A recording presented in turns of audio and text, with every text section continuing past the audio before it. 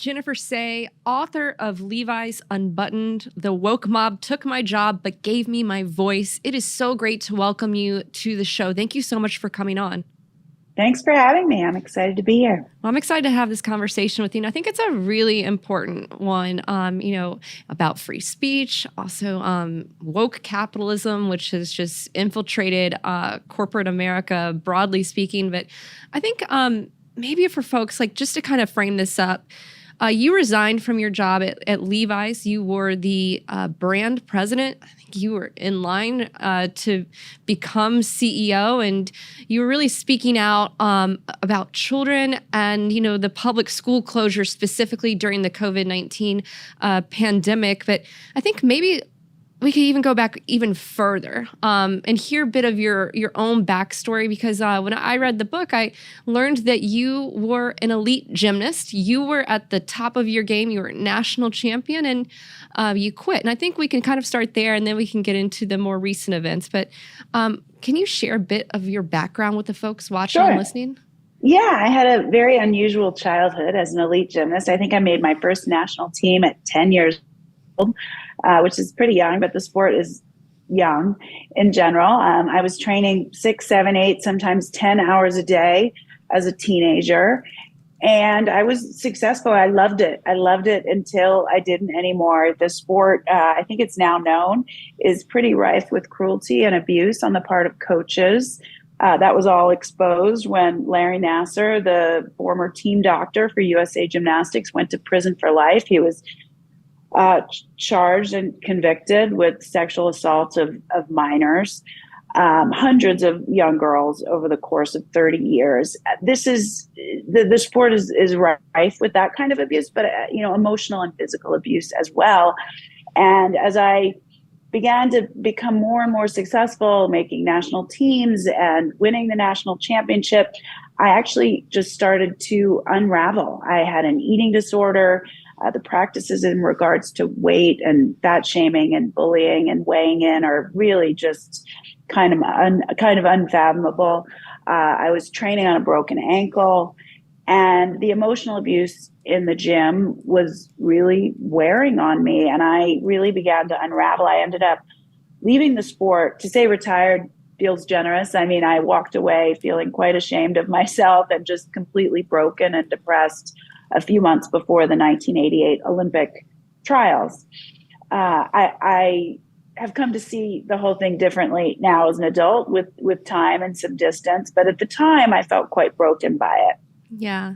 As you wrote in the book, you wrote about like when you were leaving, how, as you were just mentioning, like physically and emotionally broken. And just for the folks, when you read the book, like there are things that were so, I just didn't know the things that you had gone through, but, eating less than 400 calories a day as an elite gymnast, you're training, 40, 50 hours a week. It was a really intense time. And like when you walked away, and you write a bit about this, like what were the reactions, maybe from your family, your peers, and how did you kind of deal with the reactions when you walked away? It was really tough. My family was not happy. And, my parents aren't stage parents. They never had been those parents, but they had invested so much in me and my athletic career. And I think it was really devastating for them to have me say, I'm going to walk away before this key milestone, meaning the 1988 Olympics. Frankly, there's no way I would have made it. I was losing all ability to do the sport because I was mentally unwell at this point. I was so depressed and anxious, and at times suffering even from suicidal ideation. I would have done anything to get out of training another minute. But my parents were very upset with me. I think they also felt I would come to regret it, that I'd worked so hard for so long. I just needed to go a little longer. But sometimes that's not possible. Sometimes you're just too broken to continue. And like I said, I was training on a broken ankle. I mean, it's hard pain really wears on the psyche over time. It was physically impossible for me, physically and mentally impossible for me to continue. My parents were very disappointed in that. My dad came to understand quite quickly. It took my mom a little longer. We have since long ago mended fences over all of this. I didn't really hear anything from peers. I will say that in 2008, I wrote my first memoir about the abusiveness of the sport. And boy, did I hear from peers then, because I said the thing out loud you're not supposed to say. And I write in the book that it was sort of an open secret that we all suffered in silence and that the coaching was incredibly cruel. What I guess I didn't realize is that it was a secret. You're not supposed to talk about it. You're not supposed to reveal it. You're not supposed to implicate any of these coaches who are behaving abusers. There's really no other way to put it. And I was just torn to shreds as a grifter and a liar. And I was harming the reputations of good men, Olympic coaches. I see them as nothing more than child abusers. I owe them nothing. I don't need to protect those who abuse children. I have no obligation to do so. Yeah, absolutely not. And you produced the documentary film on Netflix, Athlete A. I watched it. Like I sobbed watching it, just hearing these stories that the athletes had to go through, and it was powerful. If folks haven't watched it, go watch it. I think it's a must-watch film, and thank you for all the work that you've done in that arena. There are a couple of things I wrote down in the book. You wrote about quitting has been kind of a theme in your life, and quitting is often framed as failure, but it can also be framed as successfully exiting a situation that no longer serves its primary purpose. And I found that line to be really powerful, kind of rethinking, quitting is not failure. Yeah. I mean, I'm not a quitter. I've not quit very many things in my life. I don't even know if I'd call it quitting, but I was trained and grew up to believe that you just never quit no matter what. And that was so deeply instilled in me that I stayed in a bad situation, gymnastics, for far too long, I think. But it's because I had this belief that quitting was failing and it was a sign of weakness. And even after I retired from the sport, AKA quit, I felt like a total failure despite my successes in the sport. And I felt that it was evidence of my own weakness and inability to deal with what was required to achieve greatness. It took me many, many years to get past that. I would say I'm still working on it, sometimes things are just over and they don't serve their primary purpose anymore. I loved gymnastics so much as a child, the feeling of flying and being free, and sort of it's overcoming gravity in a sense. There's nothing more fun. And in some ways I miss that feeling every day. But when you're suffering every day and you would do anything to get out of stepping foot in the gym, and including contemplating, driving your car headlong into another one, which I did regularly toward the end of my career, that would have been a bad solution for so many reasons for me. And I would have harmed another person, and I didn't do it. But that's how depressed I was. That's how bad it was. That's not quitting. That's saving yourself and opening the door to another opportunity, a safer, happier existence. But it's difficult. And, I should say on the flip side, I think some people quit too soon. There is real benefit to sticking with something through tough times. Without challenge, there is no triumph, So I think both kinds of people exist in the world, those who perhaps quit too soon and never build any real resilience, and those who stay too long. And I would definitely put myself in that second category. I tend to find myself beaten and bloody on the ground, at least sort of euphemistically, before I get up and walk away from a bad situation. Mm-hmm. So after gymnastics, you went to Stanford, and while you were there, you talk about in the book, you wrote about having imposter syndrome. You said that you didn't speak much in class, kind of learned at a young age to get good grades, not rock the boat. You graduated with a 4.0, but you wrote in there that you had little confidence in your own intellect at the time. Can you talk to me about your years at Stanford and specifically, dealing with imposter syndrome? I think it's something a lot of people deal with. I certainly deal with it. Can you talk to us about that time? Yeah, I think a lot of women do, especially striving women. My understanding is they are quite afflicted with this. And it's the idea, for those who don't know, that you don't deserve what you have. You don't deserve to be there. I mean, I was afraid the whole time I was at Stanford that someone was going to bust through the door and say, "Oh, we know you're not really smart. You're going to need to leave. We let you in. It was a mistake. You don't deserve to be here." I felt that way as a member of the national team.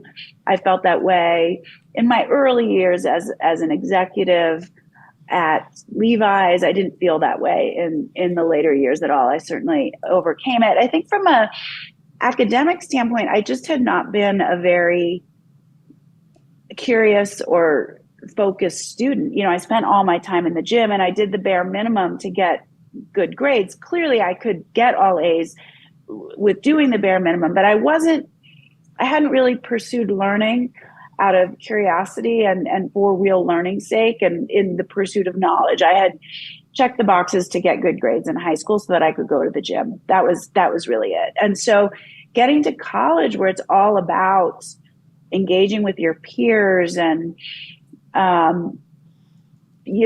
engaging your curiosity academically and seeking knowledge, it was a new thing for me. And, I wasn't really ready for it, partly because I was so beaten and damaged coming out of gymnastics that I just wanted to rest. When I got to college, I felt in a way like I was retiring. And in some ways I was. But slowly over time, I began to find my areas of interest in college. I never had the confidence to pursue what I really wanted to, which was more creative endeavors, writing, filmmaking. But eventually I got there in my life. It just took me a couple more decades. Yeah, these things happen slowly. You definitely got there, especially on the writing part. I know you have a great Substack, and you've written now 2 books, produced a documentary film, and definitely the creative outlet. So after college, talk to me about your early career years. I think you worked at an agency, then I think you worked at Banana Republic, eventually heading to Levi's. Talk to me about that kind of transition more to your professional career. Yeah, when I first graduated from college, I did odd jobs. I taught gymnastics, which I did not like. I had no good role models there for how to coach. I did production jobs, odds and ends on commercials because I thought I wanted to be in filmmaking. But ultimately, I knew I needed the stability of a full-time job. And I took a job in an advertising agency, not what I wanted to do. I had no interest in working in business or advertising, but I found it to be fun. I liked the steady paycheck, however small it was. It's a young industry. I met a lot of young people. We had a good time. We worked really hard. We had a good time. And the agency that I worked in was the advertising agency for Levi's. And eventually, during my 3 years there, I ended up on the Levi's account and made the connections that would ultimately lead me to working at Levi's quite a few years later. I did leave the agency world because the pay is terrible. And I got tired of having to scrounge free hot dogs at happy hours in San Francisco and have 4 or 5 roommates at a time. And I went to work at the Gap. They had just purchased recently when I got there, Banana Republic. And I was, I think, advertising manager or something like that. It was, I learned a ton about the business and all that stuff, which I wasn't particularly interested in, but it sort of satisfied an analytical part of my brain. I did not like the culture at the Gap. I can't speak to what it's like now, but at the time it just sort of felt like Mean Girls gone mad. It was not, it was not for me. And it was very much about conformity. I mean, think about the Gap's brand image. It has kind of always been about that. That's kind of what it was like internally as well. And it's interesting. It was also, this was a long time ago. This was, the mid-90s. There was this pretentiousness around material goods amongst the people that worked there. So they worked on this brand that was for everyone, and yet they wouldn't dare wear it themselves.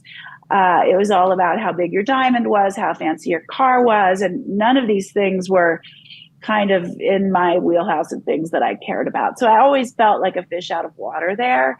So when I had the chance to go to Levi's, which is a very different culture and environment, it's changed over the years. I was there almost 23 years. I jumped at it. Levi's was a brand I had worn since I was a child. I had fond memories of this brand. I continued to wear it even when I was working at the Gap. And, I knew a lot of the folks there, and I appreciated many of sort of the cultural aspects, the employee culture, or what I perceived it to be. And I think what it was for a very long time. It was a company that always said they operated with this profits through principles mindset. They put their values first. And for many, many years, I thought that was the case, and I appreciated that. So I jumped at the chance to go to Levi's when I think I was 29, maybe just barely turned 30. It was 1999, and I started as an entry-level marketing assistant. For many years, I worked my way up the ladder. Much of the book, as you know, because you read it, is about what it was like to be a woman in corporate America in the 2000s and 2010s. Certainly not always easy. Yeah, definitely not always easy. There was like a scene in there. I don't know if you even named the person, but you had mentioned like what you wanted to do, that you wanted to be a chief marketing officer, and they like doubted you, or I guess they thought they were doing you a favor, and they said, oh, you don't have they called you an operator. I think I remember that from the book. They called you an operator, and that you didn't have the creativity. Talk to me about like how did you kind of overcome some of those things that may have, when you're told that, how do you kind of overcome when someone kind of doubts you or says, you could never be a CMO? Yeah, it took me a really long time. You're a very careful reader. I like that. I chose that word carefully. An operator was sort of like code for, you could be a number two maybe, but never more than that. So don't get ahead of your skis on this, Jen. It was actually said to me twice by two separate brand presidents. Here's what we think of you. Here's what you're capable of. And by the time it was said to me, I think the first time I was sort of late 30s, possibly just turned 40. And I had built up some confidence. And while I didn't really say it out loud, in my mind at that point, I chose not to believe it because it was not true. I knew it wasn't true. I knew that I had the skills, I had the capability, I had the intellect, the analytical skills, the creative skills. At this point, I had written a book already. I worked harder than most. I was a strong leader. It just was nonsense. And I knew it. And I don't know what changed in me, because if I had heard the same thing 5 years earlier, 10 years earlier, I would have taken it to heart, and I would have been really upset. And I would have thought, what do I do? How do I prove myself? How do I get better at these things? But what seemed clear to me as I kind of climbed the ladder in my 30s is that this feedback I was getting was all over the place. It was never consistent. And so it was, you're too values led. You're not creative enough. You talk too much. You don't talk enough. You talk too fast. You talk too slow. It was just like, there was no consistency to it. And I realized the point wasn't the feedback. It was, you're not the thing we need. Who you are is not what we need. And it was a very male dominated culture at the time.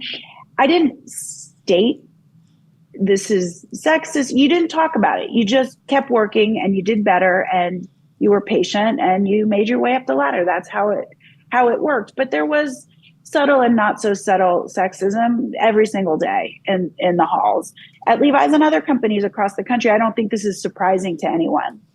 Mm-hmm. You were CMO from 2013 until October 2020.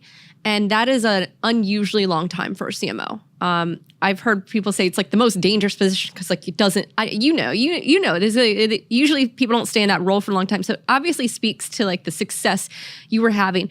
Can you kind of go back and revisit some of those years while serving as CMO? Yeah, it is a long time. I think the average tenure is like 20 months or 24 months. We always used to say it's a very slippery seat. It's a very public facing role.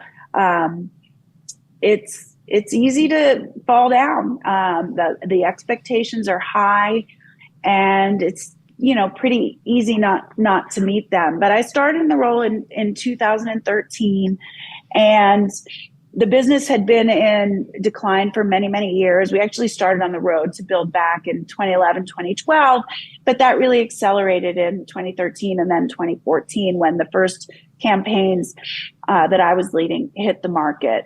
I had been leading e-commerce between 2011, 2013, and then the CEO asked me to step into the chief marketing officer role. And I was hesitant. I didn't want to do it. I liked the job I had, but it ended up being it's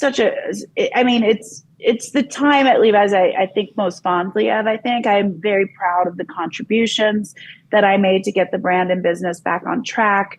The campaign that I introduced is running still today, not the exact ads, but it's centered in this idea of, well, the tagline is live in Levi's, and it's really sort of centered on this idea that we wear other things, but we live our lives in Levi's, and that makes the brand very unique. There's an offshoot of that campaign that I also led using the tagline, use your voice. Ironically, that's what did me in. But again, I'm very proud of it, and it just did a ton to accelerate the growth of the business. Women's jeans, which we'd never been successful at Levi's, has been the key driver of growth since I had stepped in as a CMO, with, of course, great partners across product, great design partner, and friend who I still care about a lot, but we don't really talk anymore, given the way things have all shaken out. But introduced the Live in Levi's campaign, introduced the use of music as a way to kind of really be part of the culture, introduced the use of celebrities, both big and small, folks like Justin Timberlake and Alicia Keys to represent the brand, Snoop Dogg. I mean, the list goes on. And all of this put us on a trajectory for a successful IPO. And, I'm very proud of that. The way we positioned the brand reconnected with former fans. We made lots of new friends and built new fans, and younger people engaged in a way they never had before, that put us on this amazing trajectory of growth. And I'll always be proud of that. Despite the way that it ended, which was unfortunate, I will always be proud of the contributions I made to put this iconic brand back on track. As you should be. And I loved you kind of taking us inside that playbook too, of finding that North Star and those campaigns, and working with musicians. And, you really helped that company gain market share, major share during that time. And there are a couple of things that they bothered me on, I'm sure they bother you too. When you got the CMO role, they didn't give you a raise. And when the company went public, I wrote this in all caps, you received no stock payout. I mean, I don't even know, I was really surprised. Bad. I was really surprised and really disappointed in the company for that when I read that. Yeah. When I stepped into the CMO role, like I said, I was leading e-commerce, and I had been told for years I needed to learn to run a P&L, own a P&L, and you got to run a business, and you marketing people, you're just creative. But then I was also told I wasn't creative enough. So like I said, the feedback was conflicting. But I thought, well, running e-commerce, that's giving me the P&L experience. They're telling me I need to be a business leader. So I didn't want to step into a CMO role, which quite frankly, even though I hadn't been CMO, I'd had such senior level marketing roles in the past. I felt I wasn't going to build any new capability, right? I certainly built a lot of visibility for myself, but as far as building new capability, I had a firm handle on the job the day I stepped in. So I was asked to step into the role. I sort of thought it was a question, not a command at the beginning. That was my mistake. And so I said, no, thank you. I'd like to continue running e-commerce. And then it very quickly became clear that it wasn't a question. It was a demand of sorts, which happens all the time in corporate America. So I said, okay, we can sort this out. But before we do, and before I actually start, I have a couple questions. I want to know, what's the compensation? What's the package? You're telling me it's this big promotion. So what's the deal with that? And the other question was about how long I'd have to do my old job, because oftentimes when you're transitioning, you're doing two at the same time, which is really grueling and not conducive to doing a good job in the new role. The answer I got back repeatedly was, there's no increase in compensation. Stop asking this question. It's a great job. You should count yourself lucky that you're being asked to do it. It's fun. It's prominent. It's the best role in the company. And I would say to the head of HR at the time, would you have taken this job that you sit in now without understanding the compensation? And he said, no, well, that's different. I came from outside. I said, it's not different. It's the same thing. You're asking me, you're telling me it's a big promotion, and I'm asking you, so it's more responsibility, it's more all of it. What's the compensation? There was none. I stepped into the role, and I did it because it became very clear that it wasn't really a choice, and that if I wanted to keep my job, this was now my job, and there was no increased compensation. Sometimes when you're in a company a really long time, you kind of suffer from I don't want to say suffer because I was a well-paid executive, but the new folks who come in are paid a lot more. I'll just say that. So, it took me quite a few years in the role as CMO to get my compensation to, one, the level of my contributions, but just the level of my peers, because my peers were all being paid significantly more than I was as I stepped into that role. And I was told it was the most important role to get the brand back on track. So there was a disconnect there. Yeah. So that was frustrating. There was a second part of your question, and now I forgot it. I mentioned that you received no stock payout at the IPO. Oh, right. Yeah, I think that surprised me because I would have assumed with all the success, you would have been able to participate in that. Yeah, you would have had to be getting stock before the issued at a low price before the company was public, which I did not. So there was nothing. Yeah. You were also talking about how the company kind of had these mantras of, profits through principles, harder right over easier wrong, and use your voice. And I do want to fast forward to the pandemic because that's when you started using your voice as a private citizen on your own social media pages, no affiliation to the company. Let's go back and revisit that time when you started using your voice, and talk to me about what was the first moment where you felt compelled to start speaking out during the pandemic? I mean, it was the first day. I think before lockdowns happened, I knew it was coming. I sensed it coming. I mean, anyone who was paying attention knew it was coming. I was not surprised. In San Francisco, I think it was March 13th was the date that lockdowns were initiated. Schools were closed. And I knew from the outset that this was not the right approach, especially as it pertained to children. I did keep most of my posting and advocacy to kids because I thought that we might be able to find some common ground on children and the harms that were being done to children. But I knew very early on, I was reading the data coming out of Italy, where the median age of death was over 80, meaning children were not harmed. I went back and read the CDC's pre-pandemic playbook, which stated schools should never be closed for more than a few weeks. I saw the way that government officials and public health officials were changing the narrative every 3 minutes, and nobody seemed to care. What they said yesterday was not what they were saying today. Never wear a mask. You must wear a mask. 2 weeks to slow the spread. Oh, now it's about hospital capacity. Oh, now it's about ventilators. Oh, we can't use ventilators. Those are actually harmful to people. The story just changed on a dime and no one seemed to care.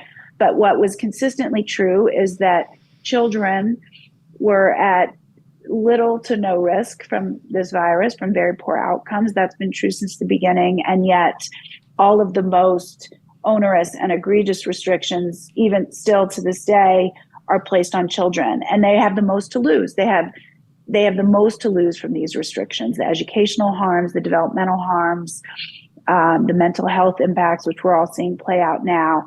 And so I was very concerned about it from the beginning. I should state that I was right about all of it. I think we're seeing that now. And I think proof of that is no one wants to own these policies. Everyone is trying to distance themselves. Everyone from Fauci to governors like Whitmer and Hochul, they're all saying, I didn't shut the schools. Oh, that was terrible, but I didn't do it.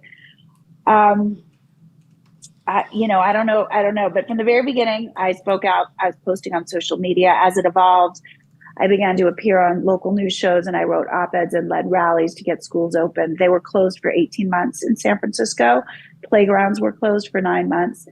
Throughout that time period, I was told repeatedly by my peers and my boss, the CEO, that I should stop, that this was not a view the company held, I said, I'm not speaking on behalf of the company. I'm speaking as a mom of 4. And they said, yes, but you're a public figure. And when you speak on behalf of the company. And I just kept saying, I don't. It became more and more heated over the course of 2 years. Even though they were all sending their children back to private school, they were telling me I had to stay quiet on the persistent public school closure. So to my mind, that was very hypocritical. And it was also akin to saying, we deserve this, but your kids who go to public don't. And the low-income children in San Francisco who go to public don't deserve what our kids have. And I wouldn't stand for that. That has nothing to do with equality. It has nothing to do with believing in education as the sort of stepping stone in our culture, in our world. It's about keeping privilege for the privileged. And I think largely that's what lockdowns have done. Yeah. You posted some of the tweets in the book. I'll just share a couple for the folks watching and listening. It's in September of 2020, you just said most private schools in San Francisco will open on Monday. Public schools won't. My kids will remain at home. I'm sad for them and their peers. I'd like to understand the plan to address how far behind many will fall. Is there one, or do we pretend screen learning works just fine? Another tweet you sent out, and these don't seem that controversial either. You said, I can't believe bars in San Francisco are open, but my son can't go to high school.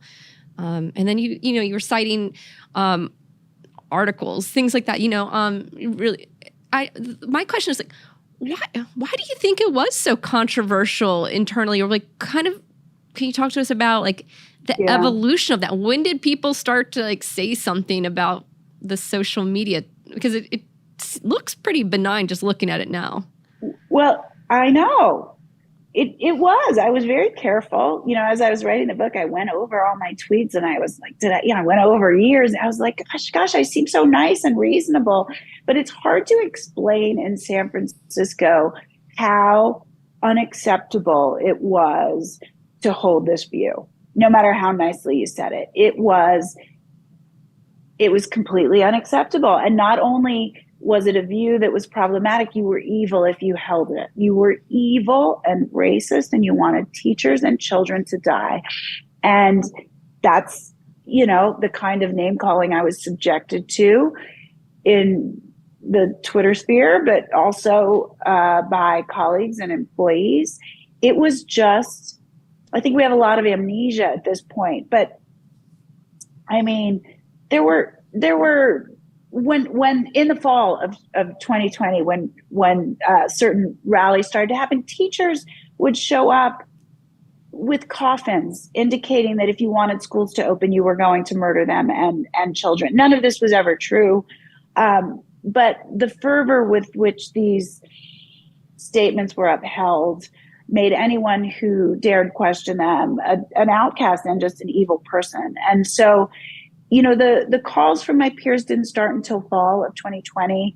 The head of corporate communications, a peer, called me and said, you really need to consider what you're saying and stop saying this. She was about to send her own kids back to school at this point, of course. So, I think I've had a lot of time to think about it. I think for some reason, the woke stance and the stance of the Democratic Party was lockdown forever. Children can't go to school. They need to stay home so that we keep everybody safe. And if you violated that, you were a heretic and you were going to be taken down. And so the complaints from employees escalated over the course of the next year and a half. They were further inflamed when I appeared on Fox News in the spring of 2021. I was invited on to talk about my experience in advocacy as a mom and moving my family to Denver so that my children could go to school. At that point, it was like, well, you went on Fox, you are the enemy. And I was actually asked, are you with us or against us? As if a blood oath is required to work in the company. But that pretty much defines what the view was. Upholding these COVID policies, lockdown mandates, I should say, was proof that you are card-carrying Democrat progressive. And if you asked any questions, you were a right-wing conspiracy theorist and you needed to be banished because you were not one of us anymore. You are one of them. Yeah. That was, so you tweeted in February of 2021, and it was the image of your young son, kindergarten age son. He had a blanket over him. I'll post it maybe in the when I edit this. And you just talking about like this like really joyless experience of kindergarten behind the screen. And you mentioned like CNN's Jake Tapper retweeted your thread at the time. You, of course, got invited on to Fox News on the Laura Ingraham angle. And that was like, I think, the straw that broke the camel's back internally. Yeah. And you, by the way, for folks watching and listening, you were an Elizabeth Warren supporter during the primary. But there was an email you recently tweeted, and you also cited in the book that you received, which I'll also include, and I'll quote it because I think you were just alluding to it. But you said it was somebody wrote to you. We don't know who. I don't know if you'll reveal who wrote it, but they said, "Jen, I have been thinking a lot about this, and my sense is that there are people who just don't like what you're saying or where you said it. It's in conflict with the good, bad world we're living in, where Fox is bad and MSNBC is good. Was going on Fox and that show in particular an endorsement of what they stand for? Are you, quote, one of us or, quote, one of them? Perhaps an oversimplification, but that's what it feels like. I think explaining why Fox is important." And then they go on to say, "I don't think you actually need to address each of those, but I'm guessing that the following is pretty close to the list." And there's a series of questions of, one, why did you choose Fox/Laura Ingraham show? Do you endorse the views of Fox News and Laura Ingraham? Are you anti-mask? Are you anti-vax? Are you into conspiracy theories? Are you anti-union? Is advocating for school reopenings perpetuating systemic racism, mostly white moms, et cetera, et cetera? Is there a conflict of interest between your role as Levi's brand president and what you are saying on your personal Twitter? What was your reaction when you received that in your inbox? So that email was intended to be a sort of kind, supportive email to help me prepare for what was being called internally as my apology tour. So after my appearance on the Ingraham angle, the noise internally got louder and louder, and it was suggested to me by members of corporate communications as well as HR that I do this apology tour for a select group of employees. So that note was sent to be helpful in a sense, to say this is what you should be prepared for in the apology tour. You know, it's so interesting. It was a dark time for me, and I, despite the fact that I was, diplomatic and seemingly not that controversial in the things I was saying, I knew how controversial they actually were, and so it was just this constant battle and constant struggle for 2 years, and I was sort of treated as just this really toxic employee, and everybody was trying to distance themselves from me. So when I got the email, I didn't find it surprising. I mean, I read it now and I'm amazed. I mean, it's shocking. Are you with us or against us? What, did I join a cult? I mean, it's insane. But I kind of took it in stride when I received it because it was just so the way it was. It seemed almost reasonable for me to have to answer these questions in a sense. And, I agreed to this apology tour because my intention was not to apologize, but to explain myself, which is exactly what I did. And I was asked some of those questions. I mean, that was the spirit of the whole session. But honestly, it sounds like some sort of CCP struggle session where you need to pledge your loyalty, end up, re-educated and pledging your loyalty to the party. This is my place of employment. Do I have to hold a certain political view to work in a place? Does my spouse have to hold a certain, because that's not in that email, but one of the questions asked was about my husband and his views and his vaccination status. I don't see how that's relevant, but it's really cult-like. You have to accept the views of essentially wokeness in the Democratic Party. And if you veer from them, you are no longer one of us and you should be banished. And I think this is frightening. And anyone willing to accept this, I would really challenge. I mean, do we live in America? Do we have freedom of speech or not? Are you willing to trade those things for a sense of belonging and safety? It feels like people are. Too many people are. Yeah. And then at some point, your social media comes back up because the company was doing a background check. I think I assume they were assessing you for, what the next potential role could be. And that became problematic. I guess your past tweets became problematic and you resigned. Can you retell that story? Sure. The resignation story. Yeah. So, with all the encouraging me to stop, not stopping, I didn't ever stop. I kept tweeting. I led rallies, as I said. And you got promoted this time too, I think. I did. Even while you were tweeting, yes. Yes, I got promoted in October 2020, which I think is evidence of the fact that I was actually still doing a good job. I mean, some people now say, oh, they pushed you out the door because you were crappy at your job. No, I actually got promoted in October 2020, even amidst all this feedback.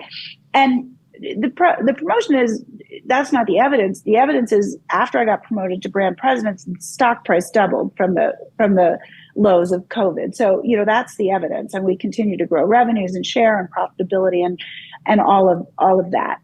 By the summer of 2021, I was told that I was a candidate for CEO, which makes sense given the role that I had, but that my social media presence was a problem and that I should really not do it. I mean, this is the summer of 2021. I think people were sort of coming around to the idea that school closures were a bad idea, and yet it was still, being held against me, I guess. So by October of 2021, my boss and I had dinner and he requested permission to do a background check on both me and my husband. So the investigation would include any financial entanglements, crimes committed. I have none of those. And of course, a social media scam for both me and my husband. He said this was standard operating procedure to be in consideration for CEO. I would say I think that's probably true for me, the candidate. I don't think it's standard operating procedure for the spouse, but I agreed because I didn't feel that I really had a choice. In hindsight, I think he held out CEO as a way to get me to agree to the background check so that he could use the background check, what it showed from social media, as a way to push me out the door. I mean, that's what I believe at this point. I had developed, a modest following, larger than when I started, maybe 20, 25,000 followers on Twitter. And I had some more prominent trolls. And so, if you search for me, I suppose, in Google, some of that would come up. And that was their concern if I were to step into a CEO position, that it would be very controversial because there were still a lot of people that found my views to be incredibly problematic. I waited a couple months. I didn't hear from him. I didn't really know what was going on. But I did say at the time, you're not going to find any crimes or financial indiscretions. You will find my social media and it will be a judgment call and you will decide that it is not worth taking the risk, which is exactly what happened. And in January, I got the call that there was no longer a place for me at the company. I was offered severance to walk away quietly. That would come with a non-disclosure agreement. I did not want to walk away quietly because I wanted to be able to tell the story of the censorship and viewpoint discrimination happening in corporate America.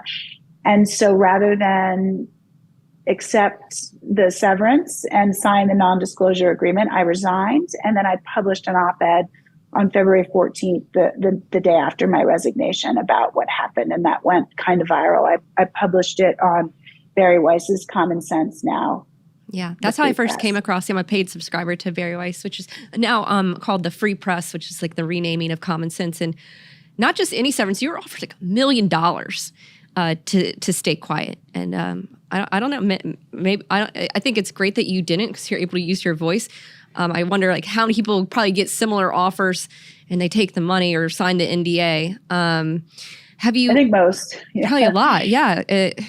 Have you heard from any folks at Levi's, like people who quietly said, "Oh, I agree with you," but are people just afraid to speak up? I can't imagine you're the only person with this viewpoint. I have not heard from peers or people that I would consider friends. Maybe that's unfair. There are two that I have heard from, just to say, we miss you, which is nice and really means a lot. And two of them are people I knew for a very long time. For the most part, the people I worked with day in, day out, I've heard from no one, and I'm sure they're told not to talk to me. That said, I have heard from a not insignificant number of employees or former employees who support me, who faced similar kind of challenges of censorship or just self-censorship, feeling they couldn't express themselves and their views in the workplace because the company has such a dominant view. I have also heard from quite a few people who have suffered due to vaccine and mask mandates at the company. And I'll be talking about some of that in upcoming writings. I'm still, trying to really understand the story. But look, Levi's has a vaccine mandate. I myself got vaccinated. I was not afraid of COVID. I'm a healthy, not so old person. But I got it to keep my job. And so, there are a lot of folks that were coerced into getting the vaccine that perhaps they didn't want or need, or were at risk from getting because of these mandates. And some people with health conditions that make it ill-advised from their doctor were still pressured to get them. So I have heard from a lot of folks. I have also heard from some folks, and again, it's not the people I know so well who supported my view, but did so quiet, didn't feel they could speak up themselves. And I get these notes all the time from people, outside of Levi's as well. And part of why I wrote the book is to encourage folks like that to speak up, because I think there are so many more of us than we're willing to take this stand. I think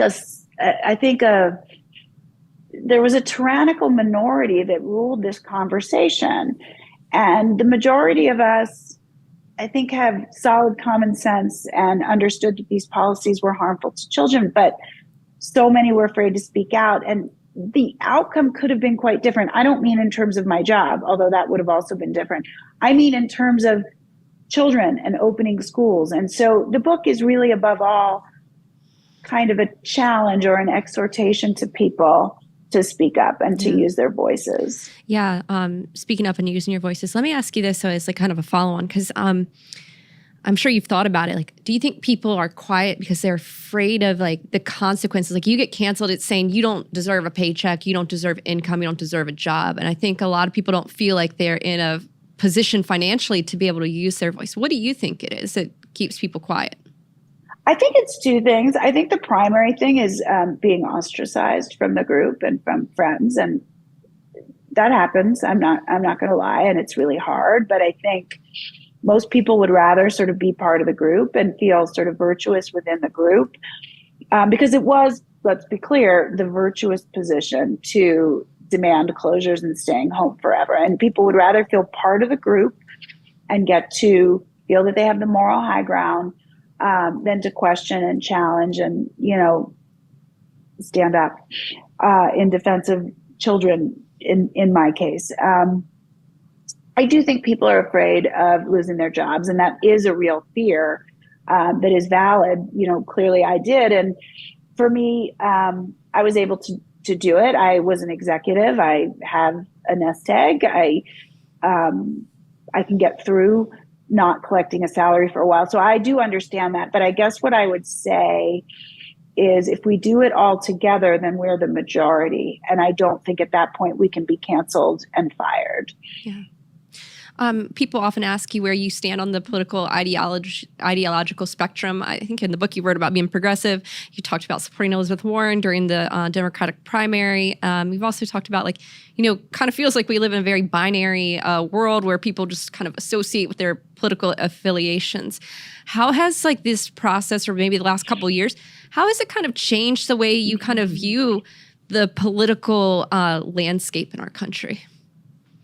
Well, I'm rejecting this binary. We're sort of forced into, I guess I'm non-binary, politically speaking, at this point. I'm a registered independent, unaffiliated, it's called here in Colorado.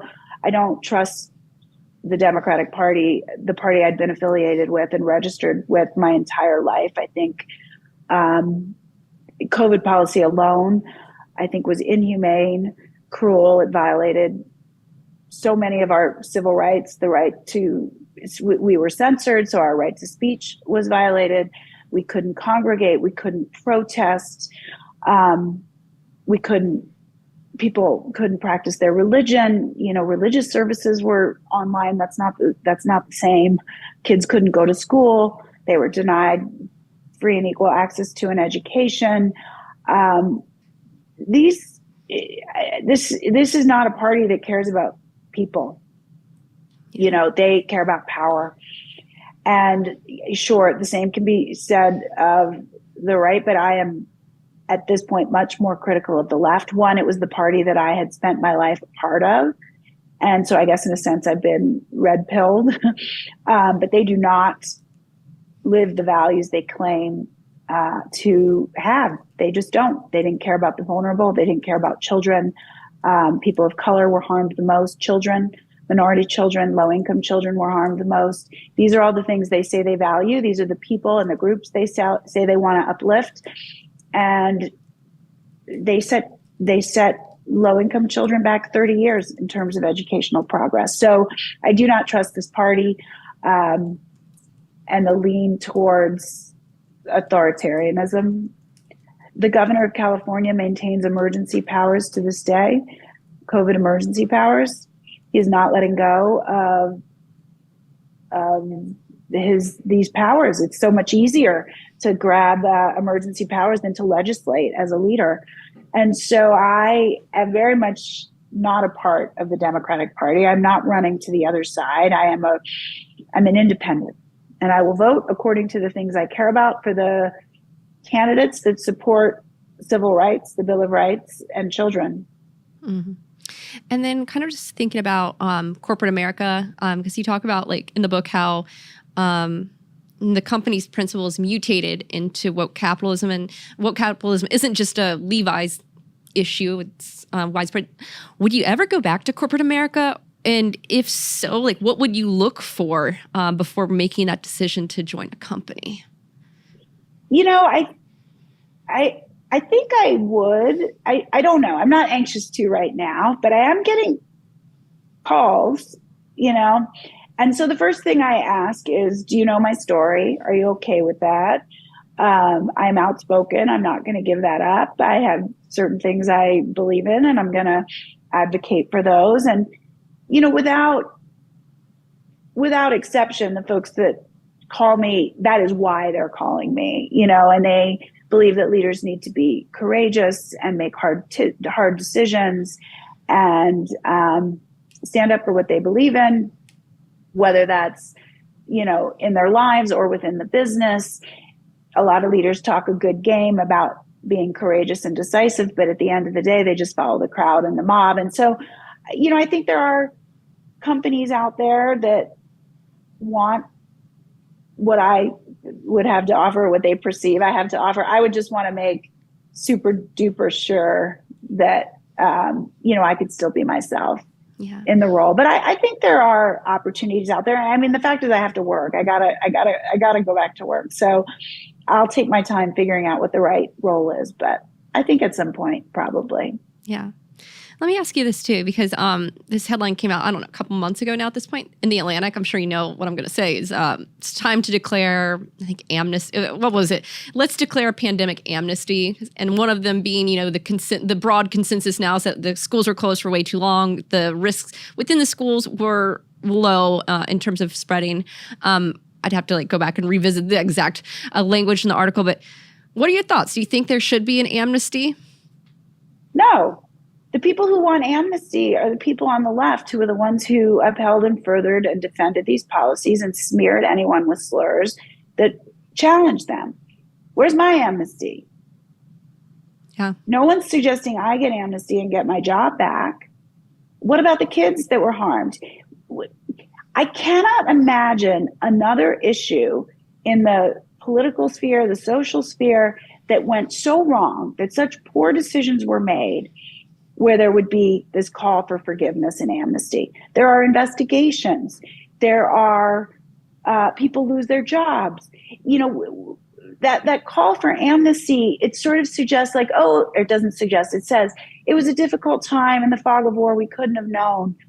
It's not true. And it was your job to know.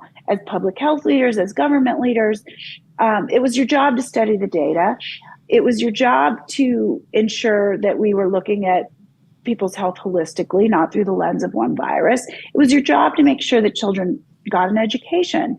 And they act like this just happened because of COVID. No, there were people who made these decisions. These were policy choices. Some countries made different choices. Sweden, Denmark, the list goes on. All of Europe basically made a different choice because schools opened there in the fall of 2020. Some states made a different choice, but they don't want to say that they want to pretend it was just COVID and it just happened and that there weren't people making these decisions, because if we say that people made the decisions, then we have to hold them accountable, and they should not have their jobs. Let's be honest. They failed catastrophically and children were harmed.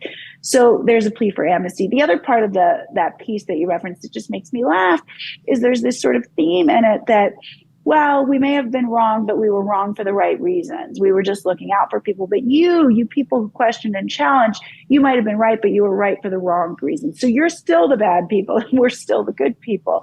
I mean, it doesn't even make any sense. So there can be no amnesty, only accountability in my mind. Yeah.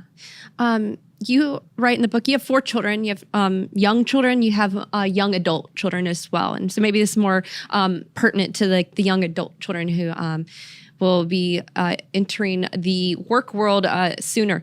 What would you say, or what do you say to your older children and even to your younger children? What do you want them to take away from this experience? What lessons do you want to impart on your own children as they go out into the world?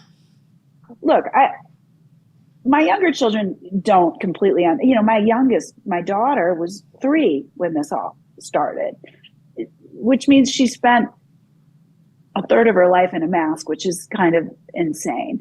But they don't understand, everything that happened. But what my older children do, and some of it was really tough for them, they missed really important milestones, graduations and proms and all art shows. They're both artists, like all this stuff that matters. How many milestones make a life? And people would argue all the time, oh, it's just this or it's just that. Who cares? You're selfish if you care about missing this event. Well, that's what makes a life. And for a young person to miss these milestones, it adds up. It's really, really tough. That said, my older kids haven't always loved my outspokenness on this. I'll leave it at that. I don't want to go into much detail there. I think at the end of the day, what I would like to model for my children is that you need to stand up and use your voice and speak up about the things that you care about, the things you believe in. I don't care if they're different than the things I do. I don't care if you disagree with me. Stand up, do it, advocate. That's what you have to do. And hopefully I've modeled that behavior. I think that's a good lesson for all of us. Jennifer Say, author of Levi's Unbuttoned, The Woke Mob Took My Job But Gave Me My Voice. Thank you so much for taking the time to join us here on this show. Really appreciate you being so generous with your time and your ideas, and most importantly, using your voice. Thank you so much, Jennifer. Thank you for having me. And thanks for reading the book. You read very carefully. I'm impressed. Of course. Well, I like to do that before my interviews. Really awesome. Appreciate it. Thank you so much. Take care. Have a great rest of your day. And I'll send you the episode when it's live. Thanks, Jennifer. Awesome. Thanks. Hey, everyone. I really hope you enjoyed that video. Be sure to hit that like button, the subscribe, and that bell so you won't miss any new videos.